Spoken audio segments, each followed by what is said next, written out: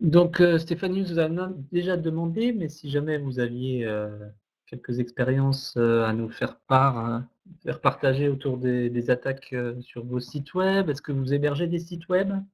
Est-ce que vous hébergez sur du mutualisé? Est-ce que vous hébergez sur des serveurs, propres, loués ou en interne?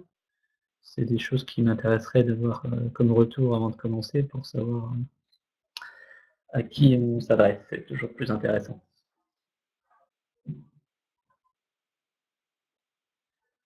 Une attaque sur WordPress. Je sais pas pourquoi ça m'étonne moyennement.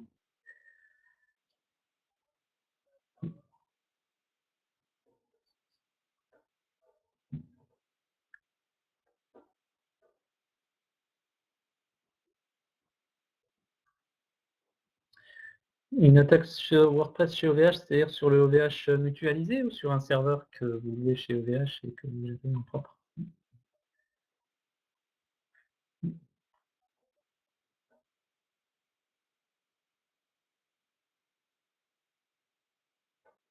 Mutualisé, d'accord.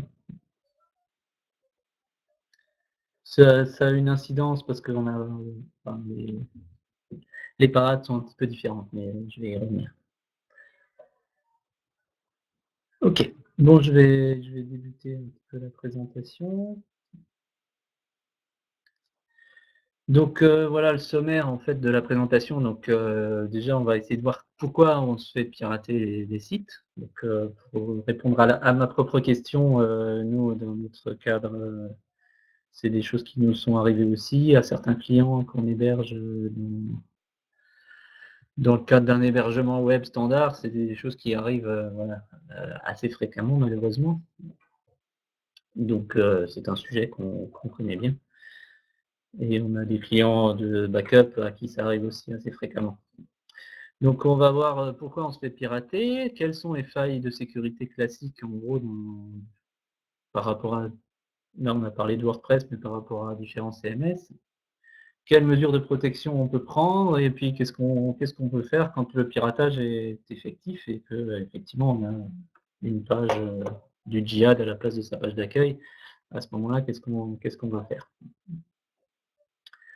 Donc, la première partie, c'est, voilà, pourquoi on se fait pirater, les sites. Donc, voilà, il y a différents profils alors hacker, c'est plutôt cracker, pirate, il y a tout un tas de termes, qui diffèrent un peu. Mais grosso modo, on peut distinguer 2 grandes familles. Il y a la grande famille des mafias, crime organisé. Donc, c'est une grande très grande famille. Donc pour ceux qui ont participé à la présentation sur Petya qu'on a fait il y a quelques semaines, là, on était clairement dans cette famille-là du crime organisé. Donc la cybercriminalité aujourd'hui rapporte plus que la drogue. Donc c'est c'est un secteur dans lequel, les différentes, mafias investissent, massivement. Donc c'est estimé environ à 500 milliards de dollars. On n'a pas des chiffres très, très précis, mais ça fait quand même une grosse industrie. Et ces organisations ne s'intéressent qu'à ce qui peut rapporter de l'argent, hein. Votre site web, sur la cuisine, du terroir, ça les intéresse moyennement. C'est des gens qui sont très compétents. Il y a toute une organisation, professionnelle. Donc il y a des sociétés spécialisées dans le développement de virus, dans le développement de tel ou tel, script d'attaque et cetera. Donc voilà, ça c'est la partie, mafia, crime organisé. Le deuxième type de profil sont ce qu'on appelle les script kiddies ou les skiddies, et c'est, en gros des jeunes qui ont trouvé, sur internet des scripts, qui vont lancer ce script sur, une grande, heu, une grande quantité de sites internet et puis, sur le lot, il y en a, 1 2 de scripts qui vont marcher et là, ils sont tout contents et ils ont gagné, ils ont piraté un site. Alors ils sont tout heureux et voilà. Donc malheureusement, c'est cette population de gens-là qui sont les plus «dangereux» entre guillemets pour les sites internet et qui représentent, 99 des attaques, sur les sites internet et la plupart des défacements et autres, choses sont liées plutôt à ce profil-là plutôt qu'à des cybercriminels. les cybercriminels vont s'attaquer à des banques, à des sites de e-commerce, pour aller, se faire livrer des produits, qu'ils n'ont pas commandés et cetera. C'est ce qu'on appelle le carding. Mais, voilà, la majorité des sites internet ne sont pas intéressants pour, la cybercriminalité, donc c'est plutôt à ce genre de profil-là qu'on a affaire, quand on héberge des sites web, entre guillemets, «classiques». Donc, leur motivation, voilà, les motivations des professionnels, c'est de faire de l'argent et pour les skills, c'est de se faire reconnaître, c'est plutôt un jeu de qui aura piraté le plus de sites et pouvoir se faire mousser dans les forums et dire: «Voilà, moi j'en ai 53 à mon actif, ce qu'il y a dedans et ce qui a à voler ne les intéresse, guère».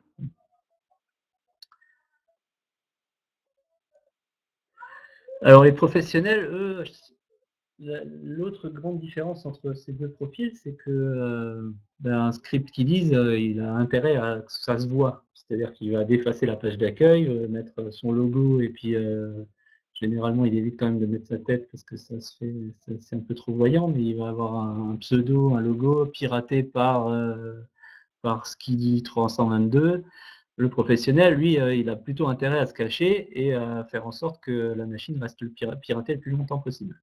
Donc évidemment, quand on déface la page d'accueil, c'est très, très visible et généralement ça dure pas très longtemps. Donc le propriétaire du site s'en rend assez vite compte et va généralement retirer le site, de la ligne ou remettre les fichiers en place et cetera. Donc c'est un piratage à petite, durée, alors que les professionnels, pour pouvoir envoyer un maximum de spam, vaut mieux que le site reste piraté le plus longtemps possible. Donc c'est la grosse différence également, qui fait aussi attendez, j'ai des choses bizarres qui se passent à l'écran. Donc voilà, la grosse différence. Donc les piratages professionnels et de mafia sont généralement beaucoup moins voyants et donc c'est aussi ce qui fait en sorte qu'on les voit moins souvent. Ce qui ne veut pas dire que parfois il y en a qu'on ne voit pas. Donc les différents types de piratage, alors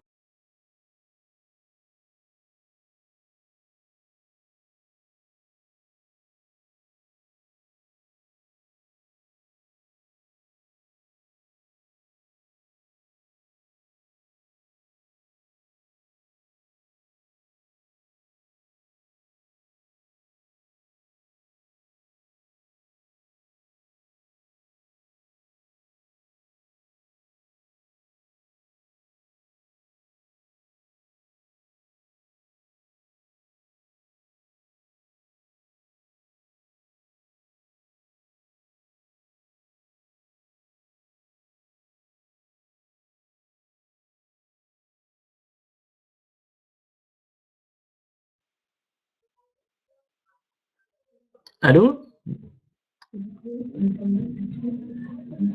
Est-ce que tout le monde me reçoit? Donc là je pense qu'on a à peu près tout le monde. Est-ce que c'est OK pour le son maintenant, la vidéo? Je vais essayer de bouger un peu moins.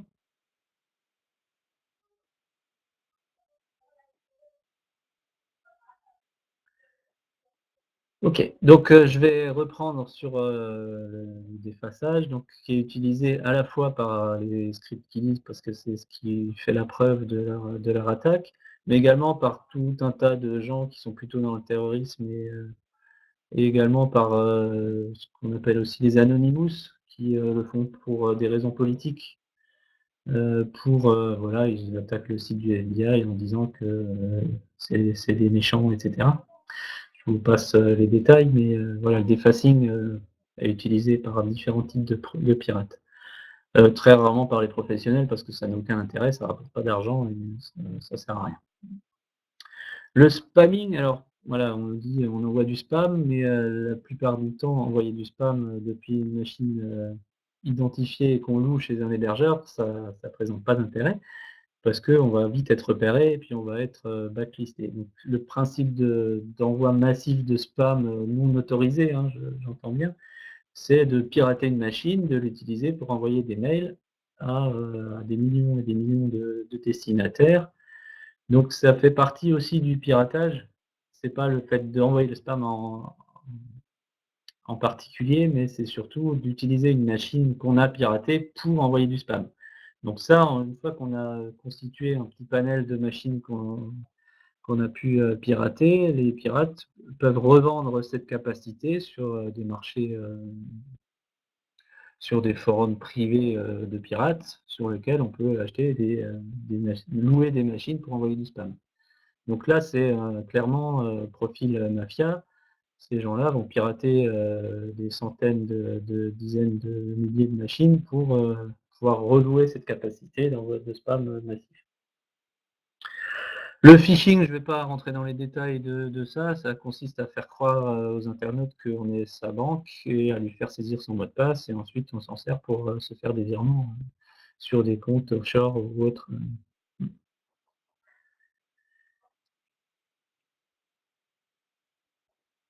D'accord. Alors, il y a également des piratages qui servent à stocker des documents, à stocker des informations. Notamment quand on est un site, quand on veut faire du phishing, il faut stocker ces fausses pages de ces fausses pages d'accès à votre banque et ça évidemment on le fait pas, le pirate va pas le faire sur un serveur qu'il a loué à son nom et cetera. Donc il a besoin d'un espace d'hébergement sur lequel, il va pouvoir poser ses pages et puis s'en servir de manière anonyme, sans être, repérable. Donc ça, c'est ce qu'on appelle des machines zombies et qui peuvent servir à stocker des images, du HTML, éventuellement des DivX et d'autres produits pirates. Les machines zombies, c'est également des machines qui servent après pour, faire des attaques massives, en DOS. Donc, si, c'était le cas notamment pour, l'attaque sur l'Estonie, quand, il y a eu la guerre électronique, il y a tout un tas de machines de par le monde qui ont été utilisées pour lancer des attaques massives.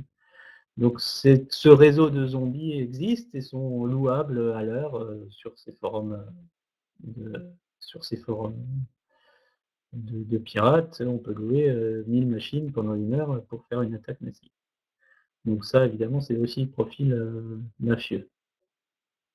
Et j'ai rajouté le dernier qui est le social engineering qui, en fait, n'est pas du tout technique. En gros, ça consiste, à utiliser les gens, à leur faire croire des choses pour rentrer au sein d'une machine, d'un serveur et cetera.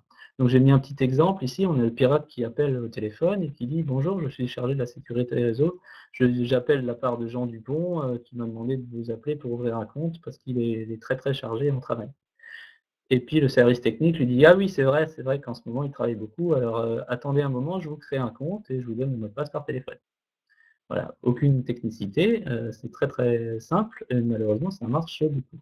Donc dans cette catégorie-là, on trouve également les arnaques au président, donc des gens qui se font passer pour le président d'une société, qui appellent, le service comptable et qui se font virer, des centaines de milliers d'euros. On a un client qui s'est arrivé très récemment, il s'est fait, comme ça, soutirer, 350 000 €. Simplement par téléphone, par un mail, parce que les gens, il y a des procédures de sécurité qui ne sont pas respectées. Donc c'est, voilà, c'est quelque chose qui rapporte également beaucoup. Donc ça, c'est toujours encore, profil, mafia. Alors ce qu'on va faire maintenant, c'est, voilà, un petit, là j'ai un peu terminé sur la partie présentation, principale. Ce que j'aimerais dérouler, c'est un scénario d'attaque, «standard» entre guillemets. Il n'y a pas 2 attaques qui sont identiques, mais il y a des scénarios qui sont un peu reproductibles, et qui se reproduisent, assez fréquemment. Et donc on va voir un petit peu le déroulement d'une attaque, standard. Alors j'ai pris un exemple, WordPress, mais ça marcherait très bien avec, Drupal, avec, tout autre, service web. Donc on parle d'une attaque sur une application web, quelle qu'elle soit. Donc la première étape, donc là on va parler uniquement des scripts qui lisent, donc des «amateurs» entre guillemets et pas d'une attaque ciblée, quelqu'un qui voudrait du mal ou qui cherche, à attaquer un site en particulier, mais quelqu'un qui va, essayer d'attaquer un site quel qu'il soit. Donc la première étape, ça consiste à repérer les cibles. Donc ça, pour ça, ils font comme, n'importe qui, cherche un site sur internet, ils utilisent Google. Donc en utilisant quelques requêtes un petit peu spéciales, On cherche, notamment, des URL qui contiennent, config.php, des URL qui contiennent des numéros de version, des wp-login.php et cetera. Donc tout un tas d'indices qui, dans l'URL, nous donnent, une indication sur le CMS qui est utilisé. Donc à partir de là, on se retrouve avec des dizaines et des dizaines de pages de résultats possibles, dans Google, et ensuite ces pages-là sont utilisées comme cible à des scripts d'attaque. Donc ce qui est cherché à être identifié, c'est la version des logiciels qui sont utilisés, évidemment le logiciel. Donc dans le cadre de WordPress, on cherche à savoir, quels sont les sites qui utilisent WordPress et quelle est la version de WordPress utilisée. Donc malheureusement, par exemple, dans WordPress, il y a un fichier à la racine qui s'appelle readme.txt et qui, indique exactement le numéro de version de WordPress installé. Donc ça, si on ne le supprime pas, ce fichier reste là et est facilement repérable par Google. Ensuite, une fois que le CMS est identifié, bah, il ne reste plus qu'à lancer la liste de toutes les attaques existantes sur ce CMS-là pour cette version particulière. Donc pour ça, il y a une base de données qui s'appelle Metasploit qui, référence, tout un tas de scripts, d'exploits. Alors un exploit, c'est en gros, un script qui permet d'exploiter une faille reconnue par le CMS. Donc en gros, ils s'embêtent même pas à faire, une liste, de versions, ils essayent toutes les failles possibles et dans le lot, il y en a bien quelques-unes qui marchent. Donc on peut retrouver sur le site, metasploit.com il me semble ou .org, bah, la liste de tous les exploits, référencés pour chaque CMS. Donc voilà, ça sert à rien pour protéger votre CMS d'aller voir cette base-là, mais c'est plus par information. Donc une fois que les attaques sont faites, on a un login d'accès à ce CMS. Je crois qu'il y a une petite inversion. Donc on va voir quels sont les différents types de failles dans les applications web, puisque, les exploits vont utiliser l'une ou l'autre des failles et vont permettre de rentrer dans des espaces non autorisés sur le serveur. Donc la première faille majeure et celle qui génère le plus d'attaques, c'est les injections SQL. Donc, ça consiste en gros à écrire des termes non autorisés dans des formulaires de recherche notamment, et tout ce qui va, être réutilisé pour faire une requête à la base, et d'utiliser cette requête à la base pour aller, créer un nouveau login d'accès, aller supprimer des données, aller, modifier un mot de passe et cetera. Il y a également une autre technique qui est très utilisée, c'est l'attaque brute des mots de passe, parce qu'il y a quand même, beaucoup de gens qui utilisent admin comme mot de passe de leur administration de site internet. Donc le fait qu'il y en ait beaucoup, fait que, ça a de fortes chances de succès. Et si admin ne marche pas, on fait test, test admin, test 1 2 3 4 et cetera. Donc il y a des dictionnaires qui existent de mots de passe, classiques, et ça marche assez bien aussi, paraît-il.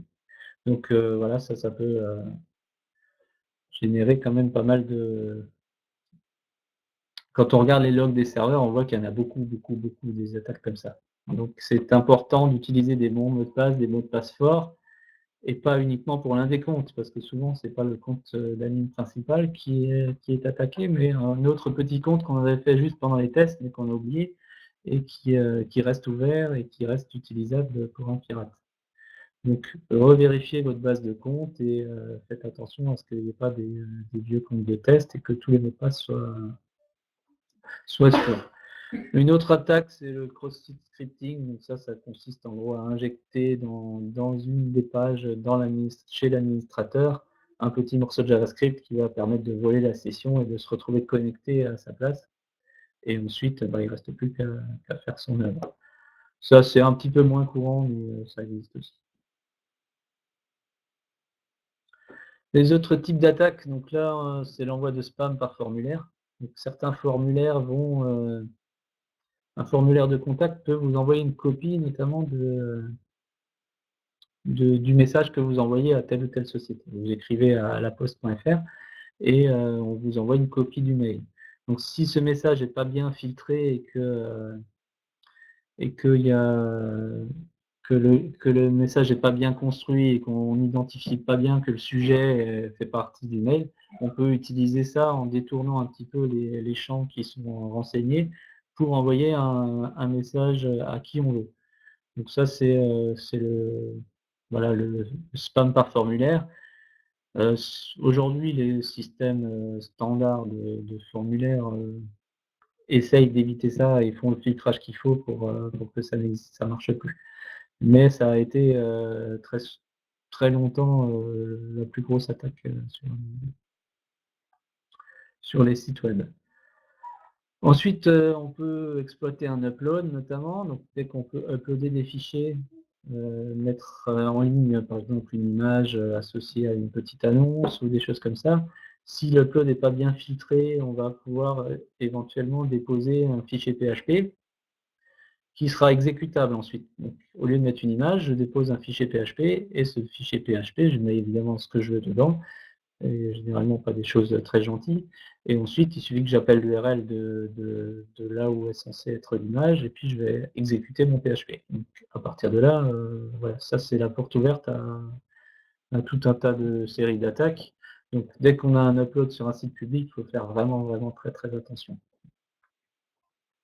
Et ensuite, ben, une fois qu'on a uploadé son petit fichier PHP, donc il y a des standards, on peut utiliser C99 Shell, PHP Shell.php, c'est des choses qui se trouvent un petit peu partout et qui sont généralement utilisées pour toutes les attaques par injection. Donc à partir de là, en gros, on a un accès à la machine, on a une petite console, on exécute ce qu'on veut, lister les répertoires, supprimer des fichiers, modifier tel ou tel fichier, exécuter un renommage de l'ensemble des fichiers, placer son petit défaçage, etc., etc. Donc c'est des shells spécialisés qui servent qu'à ça, mais qu'il faut avoir pu uploader au préalable.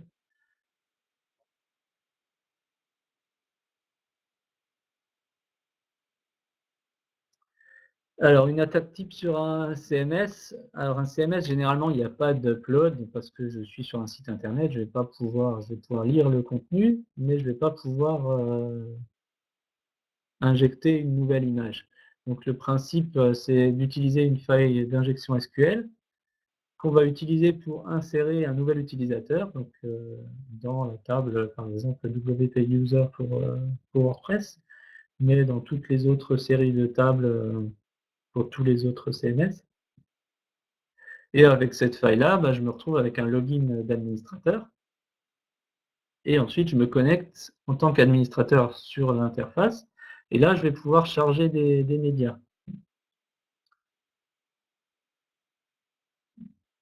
D'accord? Une fois que je suis administrateur, je vais utiliser l'upload dans la base média pour charger un fichier PHP. Donc sous WordPress, ça fonctionne, hein, c'est pas filtré, oui, je peux charger un fichier PHP.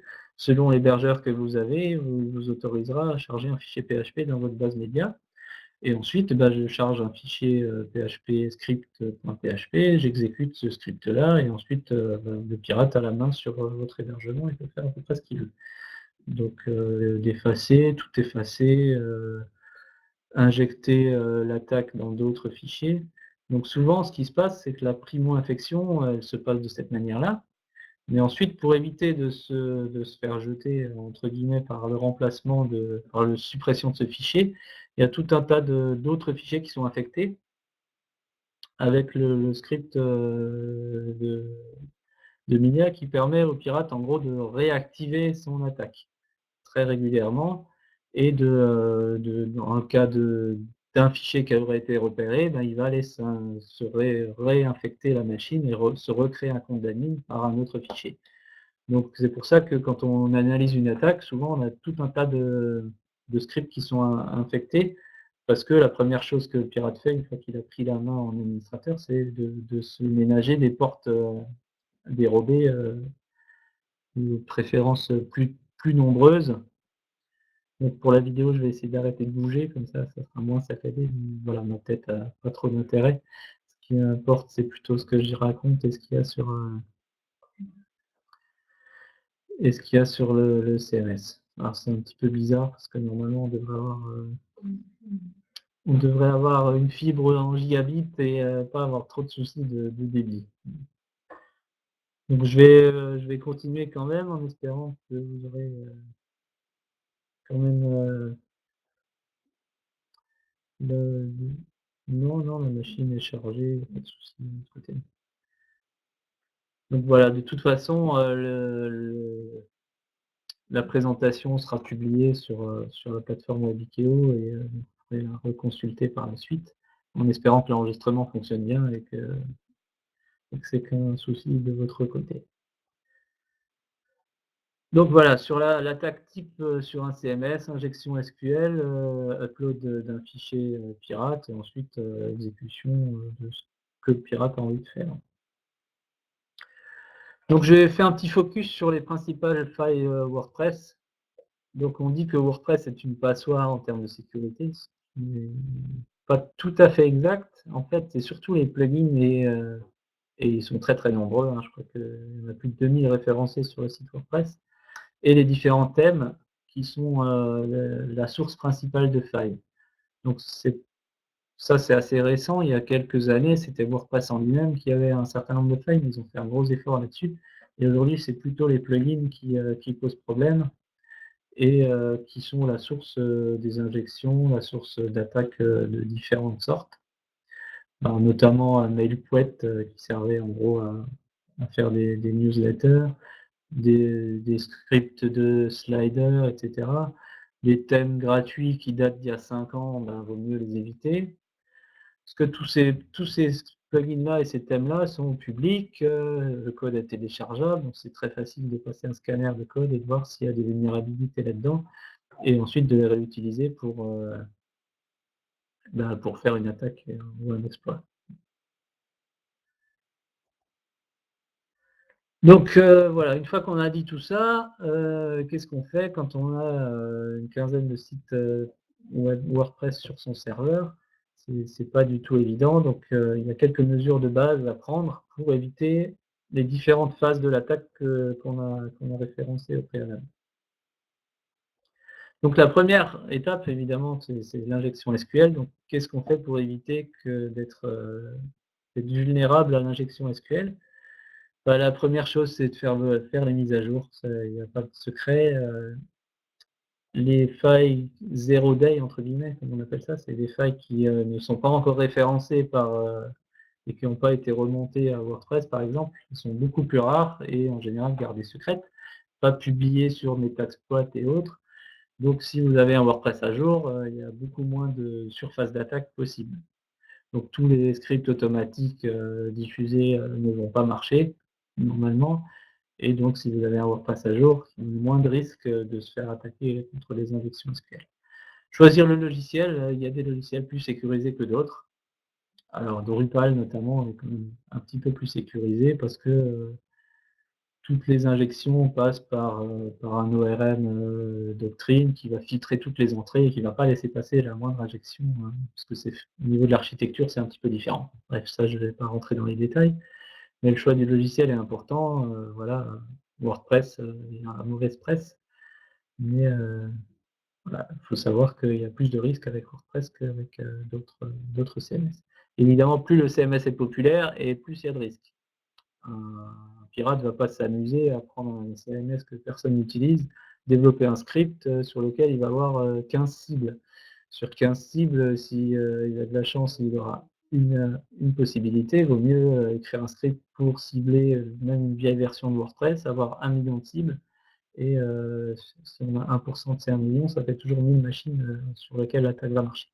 Donc voilà, ça, c'est ce qu'on appelle la rançon de la gloire, quand on met WordPress et qu'on est le CMS majoritaire, forcément, on a plus d'attaques, ciblées.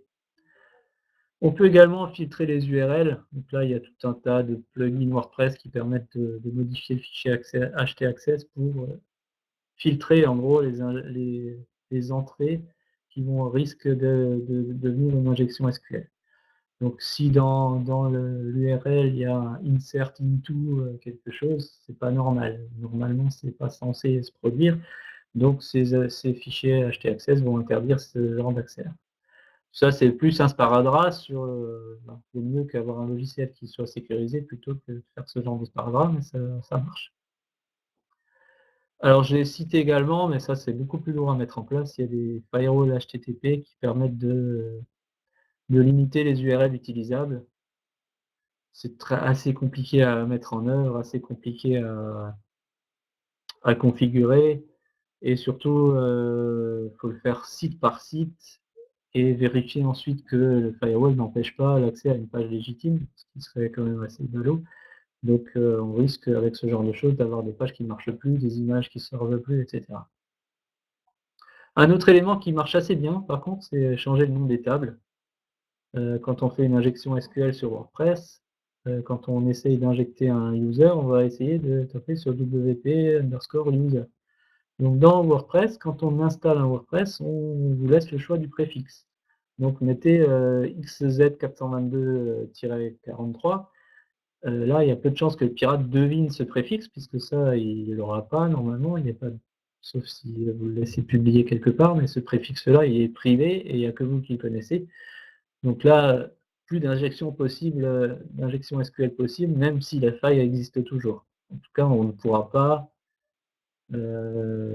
utiliser la plupart des failles d'injection. Ça resterait possible si on est capable de lister la liste des tables, mais ça demande un tout petit peu plus de travail. Et voilà, comme je vous ai dit tout à l'heure, les scripts qui lisent n'ont pas envie de travail, ils veulent juste que ça marche. Donc si ça marche chez un autre et pas chez vous, bah, tant mieux pour vous. Ensuite, une fois que mon injection SQL a malheureusement marché, que le pirate se retrouve avec un login dans la base, bah, il y a d'autres méthodes, c'est de le bloquer à ce moment-là, c'est-à-dire de protéger l'admin de votre site. Donc si vous avez la chance d'avoir un IP fixe, qui est de plus en plus le cas aujourd'hui, bah, c'est simplement de protéger l'admin contre tout accès en dehors d'une IP fixe. Donc ça se fait très très simplement avec le fichier htaccess. Et là, même si le pirate arrive à se créer un compte d'administrateur, mais il ne pourra pas se connecter puisque son IP à lui, ce n'est pas la vôtre. Donc ça, c'est assez simple. L'autre élément, c'est de changer le chemin par défaut. Donc ça, on trouve dans pas mal de plugins de sécurité WordPress. Au lieu de taper wp-login, bah, c'est le nom de votre projet, -login ou quelque chose de beaucoup plus compliqué que ça. Et puis évidemment, éviter les mots de passe admin-admin, ça je l'ai déjà dit, mais c'est malheureusement encore assez fréquent. Alors la double authentification, bah, j'y reviendrai plus tard, ça c'est effectivement une des protections possibles contre les injections. Si on active une double authentification avec Google Authentificator par exemple ou d'autres systèmes, ben, on se protège contre ça. Voilà, l'IP fixe, c'est le bulldozer qui écrase tout. Voilà, là on est aussi tranquille. La double authentification va vous envoyer un SMS de confirmation qui permet de valider votre login. Donc si le pirate essaye de faire ça, le SMS arrive sur votre téléphone et vous prévient au passage que vous avez été piraté, mais le pirate n'accède pas à l'administration. Donc c'est très très bien. C'est pas forcément évident à mettre en œuvre, mais certains le font et ça marche plutôt bien. Voilà, effectivement, l'IP fixe ne marche que si on met une IP fixe. Donc voilà, il y a d'autres solutions de faire des protections par cookies que vous auriez uniquement sur votre machine. Bah, voilà, l'idée c'est d'éviter que n'importe qui puisse se loguer en ayant un code. Dans ce cas-là, voilà, si on a un accès, changer le chemin du login, ça marche aussi assez bien. Ensuite, la troisième étape, donc imaginons que le pirate il ait réussi son injection SQL, qu'il ait pu se connecter à l'administrateur, bah, on va lui, est-ce qu'on va lui permettre d'installer son script dans les médias? Donc ça, la plupart du temps, quand on installe WordPress, on fait pas gaffe au droit et puis on écrit tout, comme ça vient, on fait le FTP, on envoie tout, avec tous les dossiers exécutables et bah, là, le pirate, il n'a plus qu'à renvoyer son fichier PHP, dans MediaDB et puis, exécuter. Donc on peut éviter ça en simplement en configurant correctement les droits sur les dossiers. Donc tout ce qui est dans upload, tout ce qui est dans WP include, contents notamment, ne doit pas être exécutable. Une image, elle a pas de raison d'être exécutable par le serveur et uploader des fichiers PHP par ce média-là, c'est vraiment pas une bonne idée. Donc si on limite les droits sur ces dossiers-là, le pirate va, mettre son fichier PHP dans son MediaDB, il va essayer de l'appeler, on va lui rendre le code PHP qu'il a envoyé et donc ça lui sert à rien. Une autre méthode, c'est d'interdire la possibilité de modifier tous les fichiers. Donc ça, c'est également, ça évite les défaçages. Il est impossible de modifier le fichier index.php et donc les défacements, du coup, ils deviennent inopérants parce qu'on ne peut modifier aucun fichier.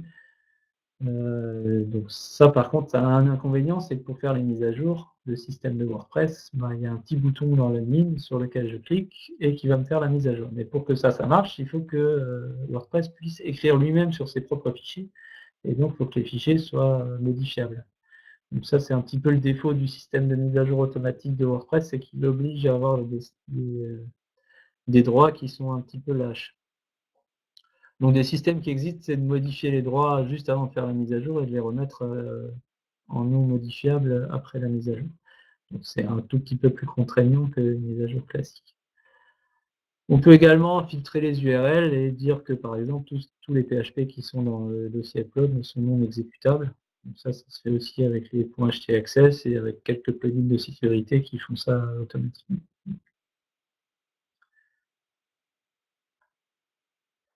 Voilà, donc si on fait maintenant un focus, alors tout ce que j'ai dit là est valable pour tous les CMS et toutes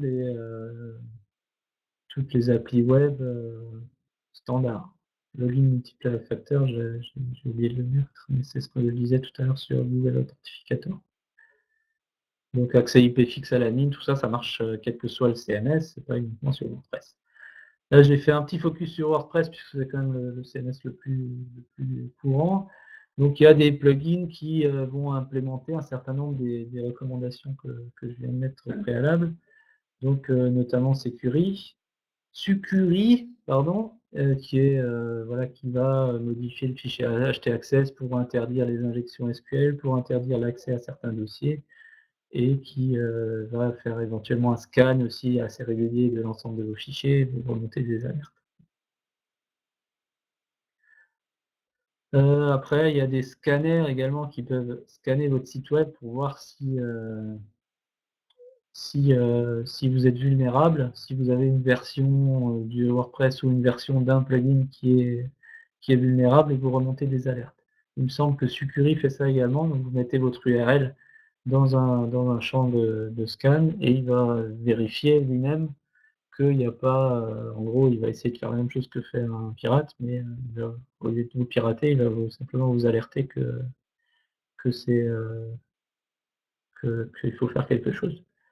Donc BPS Security, oui, pourquoi pas, je ne connais pas celui-là, mais il y a tout un tas de plugins WordPress de sécurité. Alors évidemment, faites attention à ne pas utiliser quelque chose d'assez rare et abscon. Voilà, il faut quand même que ces plugins soient sûr, majoritairement utilisé et puis pas utiliser un truc qui aurait lui-même des failles de sécurité. C'est l'inconvénient des plugins de sécurité, c'est que parfois ils ont eux-mêmes des failles et que du coup, ben, voilà, au lieu de corriger des choses, on en rajoute. Donc la plupart sont gratuits, ceux-là je ne sais pas exactement, je pourrais pas vous dire, mais VPS sécurité est gratuit. Après souvent il y a une version gratuite et une version payante si on veut avoir plus de fonctionnalités, un scan automatique tous les jours, par exemple, sur Sucuri, c'est payant. C'est gratuit si on fait son scan manuellement. Voilà, ça, je vous invite à voir sur la liste des plugins. Voilà, là, il y en a encore quelques autres. Il y en a qui vérifient également votre thème, puisque un site WordPress, généralement, il y a des thèmes qui sont modifiés pour s'adapter à votre charte graphique. Et donc, ces thèmes-là peuvent aussi ajouter des failles de sécurité. Donc l'intégrateur HTML peut avoir lui-même intégré des failles. Donc c'est important de vérifier aussi ce contenu qui est pas dans WordPress, mais qui, peut être, problématique. Donc exploit scanner, donc ça, c'est un scanner qui va aller lire, l'ensemble de votre base de données pour vérifier qu'il y a pas des choses, anormales et heu et vous remonter des alertes. Le principe est toujours à peu près le même. Voilà, une fois que le piratage est, effectif, qu'est-ce qui va se passer? Bah, déjà, si c'est un défaçage, soit vous allez le voir assez rapidement, soit, quelqu'un va vous le signaler: «Attention, votre site est un peu bizarre, il y a des photos de djihad et autres, choses, réjouissantes», donc on va vous prévenir et puis, donc la première chose à faire, c'est, bah, retirer le site le mettre hors ligne, parce que ça fait très mauvais genre, ou au moins mettre une page d'attente pour dire que vous allez revenir. C'est assez ballot de se faire repérer par Google à ces moments-là, parce que Google va afficher un gros truc rouge comme quoi votre site est vulnérable, qu'il faut pas y aller et que c'est très dangereux. Donc ça, c'est pas très bon pour les clients potentiels. Ouais, je répondrai aux questions spécifiques sur le préfixe, tout à l'heure, mais en gros, non, une fois que c'est installé, c'est un peu plus compliqué, ça se fait, mais c'est plus compliqué. Donc repérer les fichiers qui ont été modifiés, donc ça consiste à aller voir dans la dernière sauvegarde, par exemple, ce qui a été, modifié et à quel moment. Donc ça veut dire aussi que vous ayez une trace de ce que vous avez modifié vous-même et en cas de mise à jour, d'avoir noté les dates à laquelle vous avez fait votre mise à jour et donc ces fichiers, bah, les restaurer tels qu'ils étaient avant l'attaque. Donc ça veut dire aussi que vous savez à quelle date a eu lieu l'attaque. Pas forcément évident et pas forcément si simple que ça. On peut avoir des données qui sont corrompues également, parce que, on peut avoir des fichiers exécutables PHP qui sont modifiés, mais on peut aussi avoir des données qui sont injectées dans votre propre base de données, notamment pour faire du référencement sauvage, du black hat, référencement. Donc ça consiste à mettre des balises, de liens, vers des sites, généralement, qui vendent des choses pas très réjouissantes. Mais voilà, des choses que vous ne voyez même pas au premier abord, parce que c'est des balises qui sont cachées, qui servent qu'au référencement.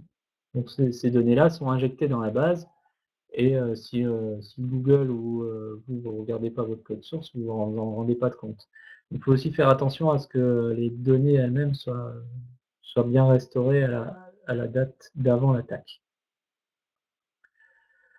Ensuite, bah, il faut identifier la source comme je disais tout à l'heure. Une attaque, la première chose que va faire le pirate, c'est, aller se ménager des portes dérobées dans tout un tas d'autres fichiers et donc identifier le fichier initial, c'est pas toujours évident. Donc, c'est pour ça que la date de modification du fichier, que vous avez repéré, c'est pas forcément le premier, l'origine de l'attaque.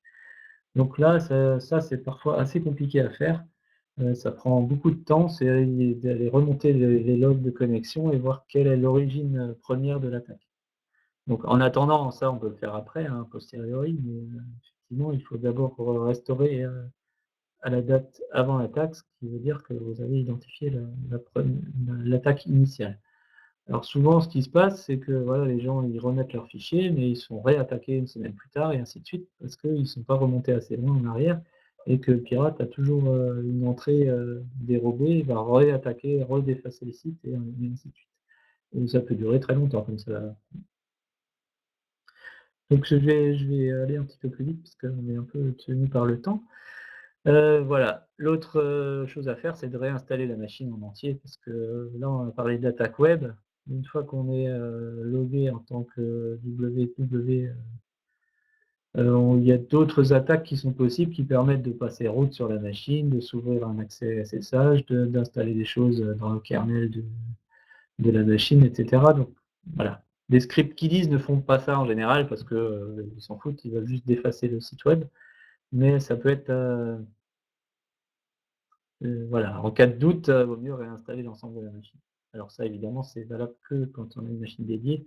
Sur, des machines mutualisées, ça c'est pas recommandé. Enfin, c'est pas possible.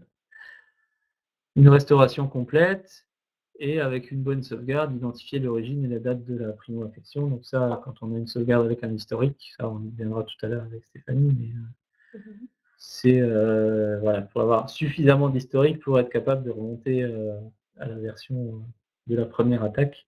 Et parfois, il peut se passer plusieurs jours entre le moment de la première attaque et puis le défaçage, voire plusieurs semaines.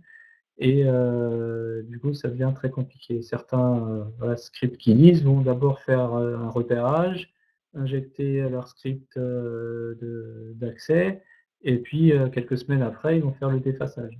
Donc, vous avez vu à quelle date a été fait le défaçage, mais vous n'avez pas.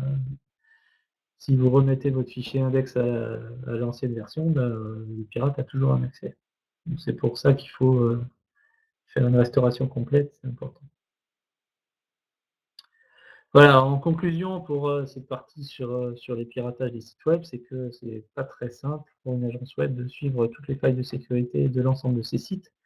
Voilà, une agence avec quelques clients a vite des dizaines et des dizaines de sites WordPress à suivre et c'est pas toujours simple. D'autant que les clients de ces agences-là, voilà, ils comprennent pas trop pourquoi il faut passer 2 jours par mois pour faire les corrections de sécurité. Donc pour la question sur les préfixes de base de données, voilà, c'est plus simple de le faire à l'installation. Donc à la prochaine install, faites-le, changez le préfixe, c'est très recommandé. Ensuite, il y a des plugins qui existent tout faits qui permettent de le faire sur un site existant. Donc ça, évidemment, faites une sauvegarde avant parce que si ça marche pas, c'est que le site est complètement planté. Mais là, il va falloir bidouiller la base de données à la main et là, ça va être un peu plus compliqué. Donc, il y a des scripts qui existent, il y en a qui fonctionnent.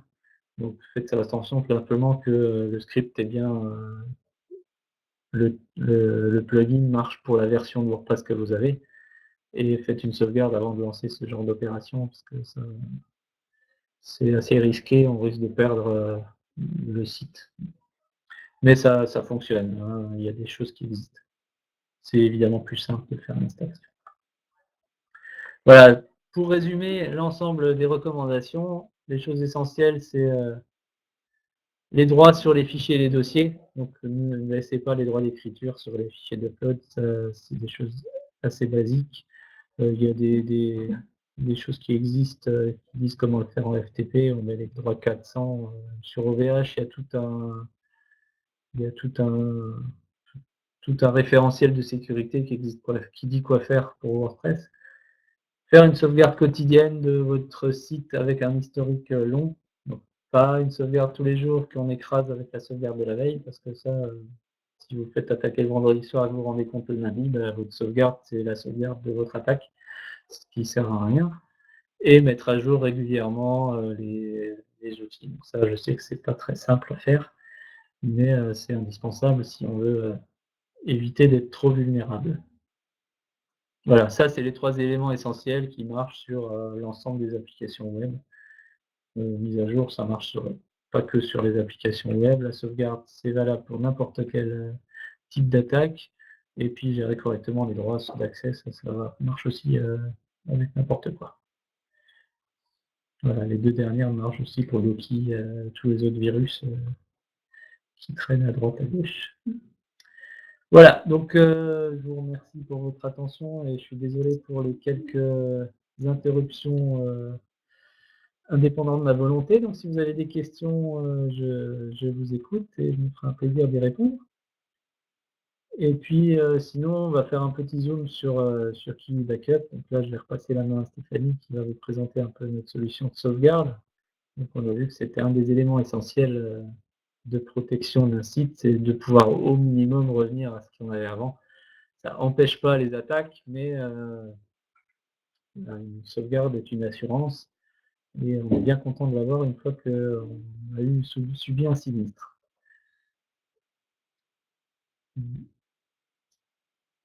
Donc, on a des gens qui tapent des questions, donc elles vont arriver très prochainement. Alors, transférer votre backup de votre hébergeur vers Kiwi, donc tout dépend de l'hébergeur, de sa la manière dont vous avez d'accéder à cette machine. Est-ce que c'est une machine dédiée? Est-ce que c'est du mutualisé? Alors je connais pas tous les hébergeurs par cœur, hein, ou de Switch, je ne sais pas si on a déjà des clients chez eux. Mais voilà, ça c'est une question spécifique, qu'on pourra étudier, tout à l'heure. Heu, on pourra regarder ça si vous le souhaitez. Alors WP Generator, en fait, c'est ce qui va vous afficher, le numéro de version dans WordPress. Dans les en-têtes, d'un site WordPress, on indique le numéro de version. Donc ça, effectivement, c'est donner un gros indice au pirate, vous dire, le pirate, il regarde le source de votre page et on lui dit quelle version de PH de WordPress vous utilisez. Donc c'est une bonne pratique, ça évite que le pirate ne sache exactement quelle est votre version de WordPress. Ça l'empêche pas de lancer ses scripts et de voir si ça marche. Donc si le script qu'il lise, il a suffisamment de cibles avec la bonne numéro de version, ça peut éviter que vous passiez dans son radar, mais ça empêchera nullement, les tentatives d'attaque et c'est pas «suffisant» quoi, entre guillemets.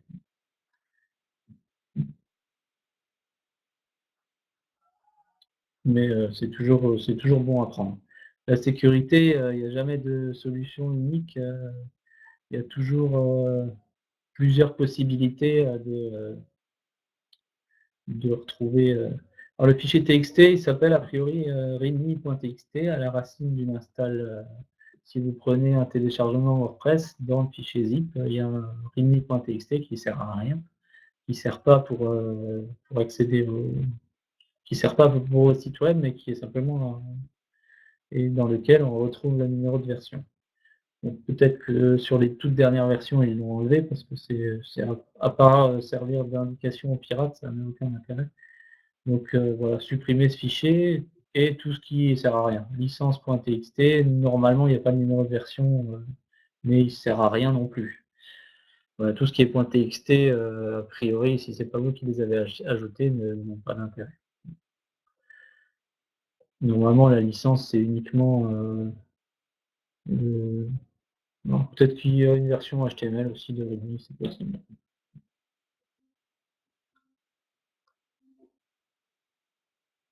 De toute façon, tous les appels, toutes les URL passent par index.php dans WordPress. Et tous les autres trucs qui s'appellent .html, ne servent à rien, en dehors d'éventuellement des choses seraient dans le thème, mais sinon c'est des fichiers qui viennent avec l'installation, mais qui ne sont pas utiles pour votre site web.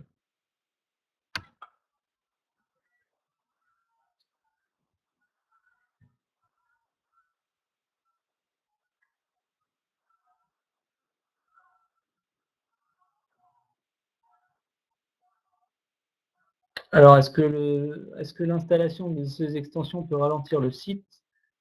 A priori non, parce que ça va être des règles htaccess, c'est assez léger, effectivement ça a un impact, qui peut exister, mais ça dépend des extensions. Il y en a qui vont faire, leur analyse à la volée, donc qui vont avoir un impact sur les performances, d'autres non, mais si impact il y a, il sera assez minime, normalement. Après effectivement, c'est l'hébergeur qui a plus d'influence sur les vitesses de chargement, l'utilisation de cache et cetera. Voilà, est-ce que vaut mieux avoir un site un tout petit peu plus lent pendant qu'il marche, plutôt que de se faire défacer sa page d'accueil? Ça, c'est un choix à faire, mais généralement, le choix, il est assez vite fait.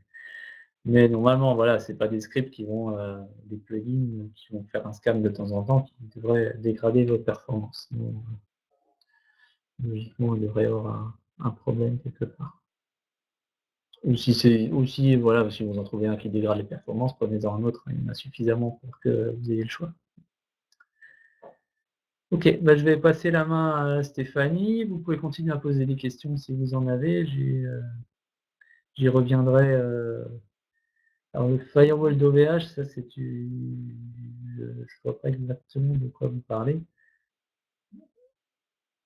Je sais pas s'ils ont un firewall HTML, enfin HTTP je veux dire.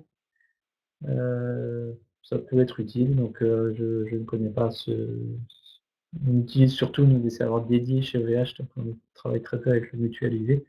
Mais c'est vrai que, voilà, s'ils vous proposent des options de sécurité, faut les prendre, hein, c'est plutôt intéressant. Heu, voilà, à mon avis, OVH font généralement plutôt bien leur travail, donc activez-le. Si faut faire des tests de performance pour voir si ça dégrade pas trop, mais a priori, ça devrait pas. Et donc voilà, ça consiste en gros, à mon avis, à filtrer les URL pour éviter les injections SQL, tout ce que j'ai dit tout à l'heure.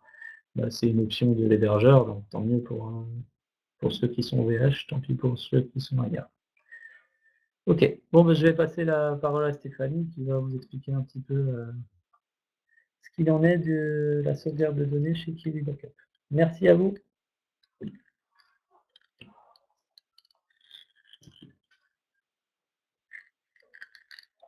Nous voici de retour. Merci déjà pour votre attention. Je ne vais pas vous prendre trop de temps parce qu'on a déjà quand même bien dépassé l'horaire qui est prévu. Donc moi, je vais simplement mettre en avant déjà les principales caractéristiques de Kiwi Backup.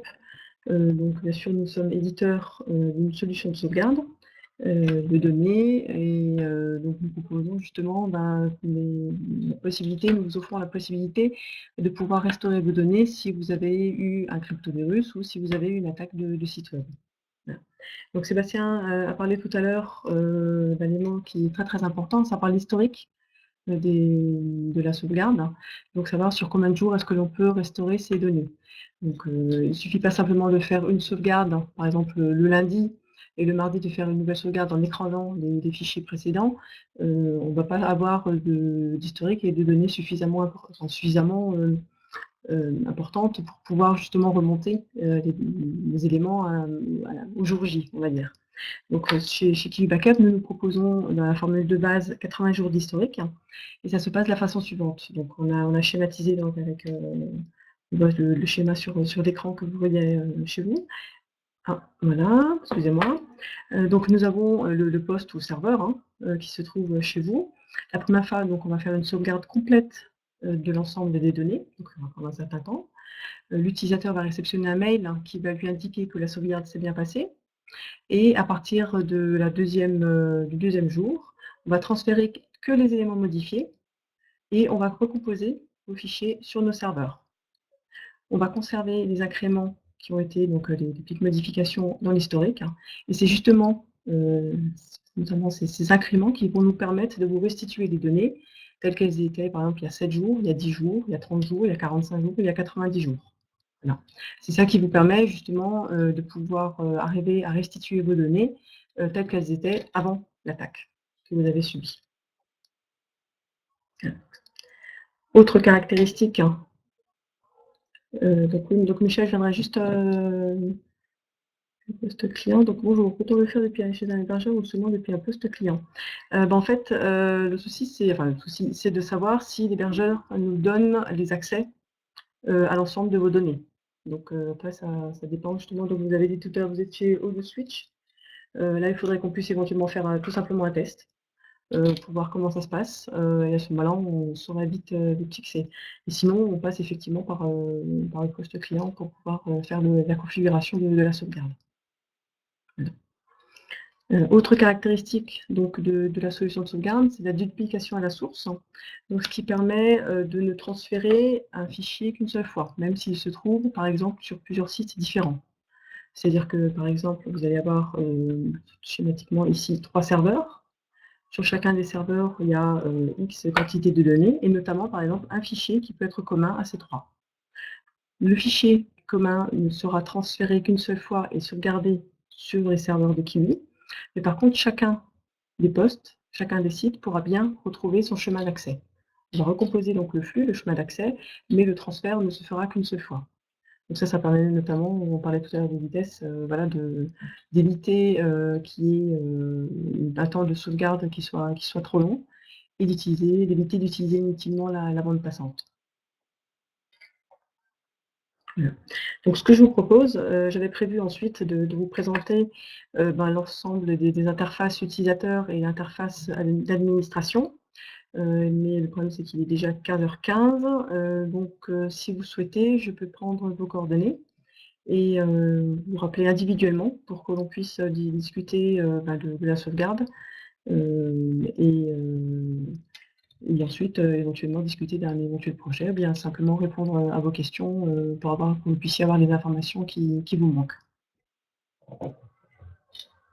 Alors, nous avons donc Céline qui a répondu également, donc qui a répondu donc à Michel.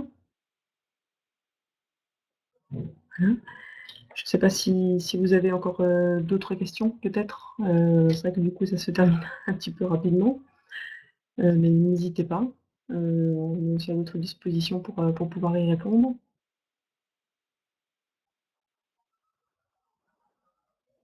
Donc Céline qui est en parallèle avec Sébastien et donc qui répond au chat.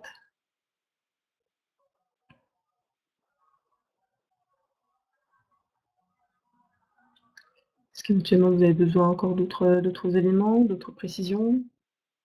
Est-ce que vous souhaitez, comme dit, que je vous rappelle? Donc merci Jérémy également pour cet accompagnement. Je pense qu'il va falloir que... Merci. Je pense alors, y a-t-il une limite sur la taille des fichiers à sauvegarder? Non. Non, il n'y a pas de limite. Après, le temps de la sauvegarde va tout simplement dépendre de votre bande passante. Voilà. Après, on a différentes possibilités pour pallier à des bandes passantes qui parfois sont insuffisantes, en faisant des préchargements, en découpant les fichiers avec des splits. On a vraiment différents moyens pour contourner ces problèmes-là, hein. Mais donc, ça dépend toujours de la bande passante du client.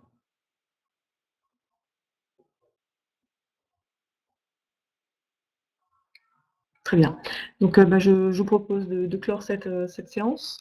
Donc, la présentation sera disponible en téléchargement et vous pourrez également visualiser donc, la vidéo en replay pendant 7 jours. Et ensuite, vous pourrez directement vous connecter sur notre site, donc kiwi-backup.com, pour pouvoir accéder donc, à cette vidéo après les 7 jours de replay. Et bien sûr, moi je suis à votre disposition pour pouvoir discuter de la sauvegarde. Et Sébastien est également à votre disposition si vous souhaitez avoir des informations, si vous souhaitez discuter d'une façon un petit peu plus précise sur l'un ou l'autre point. À mesure où c'était quand même assez technique, il y a peut-être des éléments qui seraient peut-être à revoir ou à éclaircir. Pas hésiter à nous solliciter.